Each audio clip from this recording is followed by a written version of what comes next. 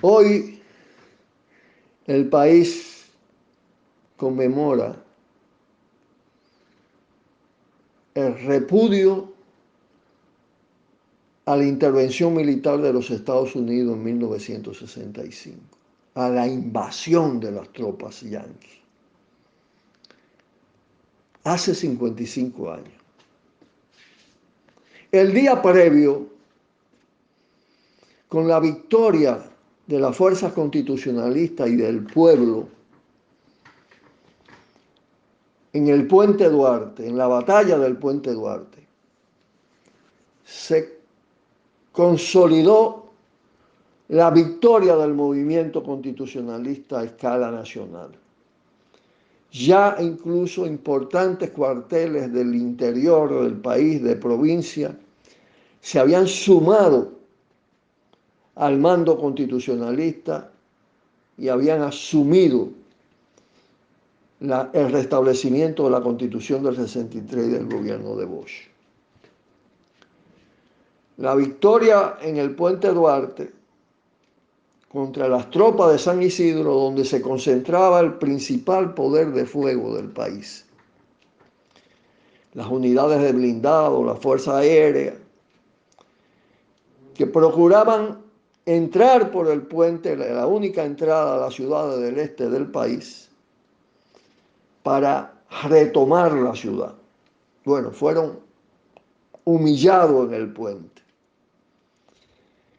A pesar de la inferioridad en armamento, la moral, la participación heroica del pueblo, el ejemplo que dieron los líderes militares constitucionalistas de firmeza, consagró esa victoria.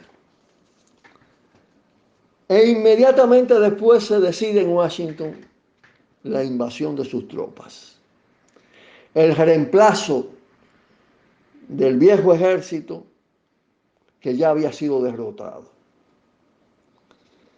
Desde ese momento se produce el rearme de las Fuerzas Armadas, de las viejas Fuerzas Armadas, creada en el 16, como había dicho, desarrollada durante la era de Trujillo, durante la tiranía de Trujillo. Y ahí se aprovecha una vacilación que tiene una explicación, una vacilación política. Todo el grueso de la lucha estaba concentrado en la lucha contra el triunvirato golpista, contra la oligarquía, contra los factores internos. Estaba encubierto el factor imperialista. Una parte importante de la sociedad y de los propios dirigentes del movimiento no tenían presente, no tenían conciencia plena del rol de Estados Unidos. Y entonces, aprovechando esa vacilación, hicieron una breve negociación con el mando constitucionalista e implantaron el cordón que dividió la ciudad en dos, con la llamada Fuerza Interamericana de Paz. Aquí hay que volver sobre la OEA y el papel ignominioso de ese organismo regional tutelado por Estados Unidos. La llamada Fuerza Interamericana de Paz era un nombre para encubrir con una acción supuestamente multilateral la intervención de Estados Unidos, con una participación fundamentalmente del Pentágono, en menor medida de Brasil y de otros gobiernos de América Latina. Aprovecharon ese momento para poner en marcha la operación limpieza, jarearme de las viejas Fuerzas Armadas, e inmediatamente lanzaron la operación sobre la zona norte de la capital, que era la más débil en edificaciones. Hicieron una masacre, una verdadera masacre. Centenares de muertos fueron tirados en fosas comunes. Ser joven en ese momento era un delito, lo fusilaban en la calle. Esas tropas encabezadas por Salvador Lluvere Montaz, por Enrique Pérez y Pérez, de cuyo nombre uno no se quiere ni recordar. Ya desde ese momento se puso en evidencia y el mando constitucionalista captó la esencia del tema. Se iniciaba una guerra patria de resistencia contra la invasión norteamericana.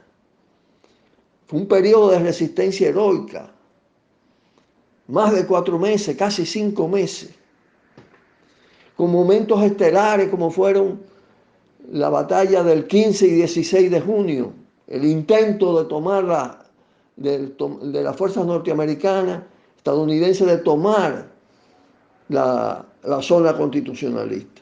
Y no pudieron. Entonces se fue imponiendo, dado que el movimiento estaba cercado, de un lado el mar y en todo lo que es hoy el malecón, ahí se veían los portaaviones, los buques de guerra de los Estados Unidos.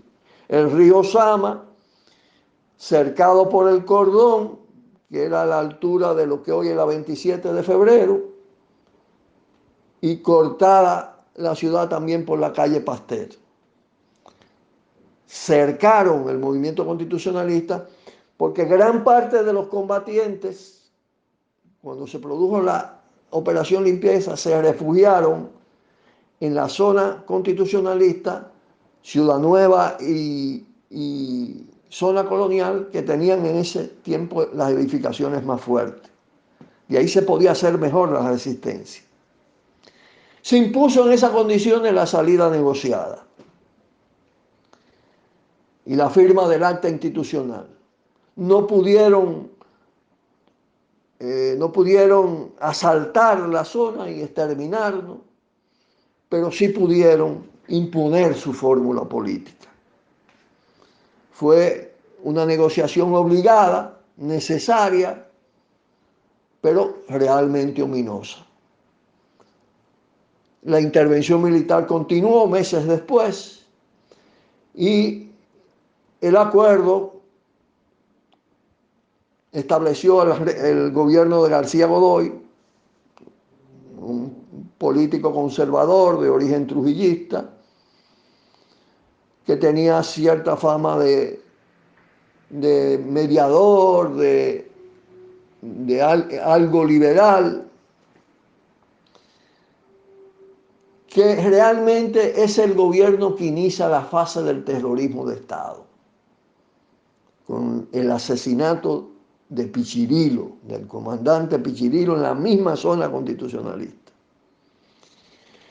Se crearon las condiciones así para la imposición de Balaguer a través de un fraude electoral en las elecciones del 66, y ya se conforma con más claridad el Estado terrorista, el inicio de una nueva fase de colonización,